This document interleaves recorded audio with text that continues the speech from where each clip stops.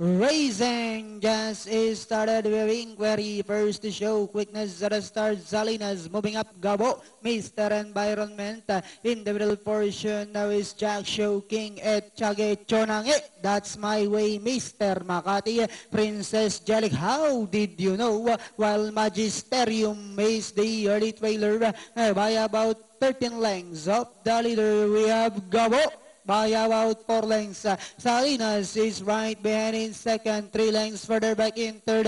Now is Jack Show King down on the inside. Chonange, Inquiry moving up on the outside. Mr. Makati, Mr. Environment, Etchage, Princess Jelly comes next. That's my way. How did you know? While Magisterium is still racing in less inside the 3 octavo. We have Gabo by about 7 lengths. Mr. Makati now moving up to take second. Salinas moving up on the outside. Mr. Environment, Jack Show King, Etchage, Princess Jelly. How did you know? Down on the inside, Chonange, that's my way, Magisterium. Well, Inquiry now racing in less, and they are now entering the home stretch.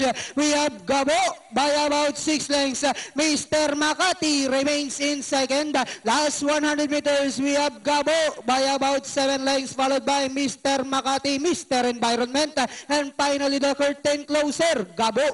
Second is Mr. Makati, Mr. Environment, Magisterium, Jack Show King, and Princess Jellic for your Super 6. Silang dalawa rin. At congratulations sa'yo, Coach. Pareho mo single.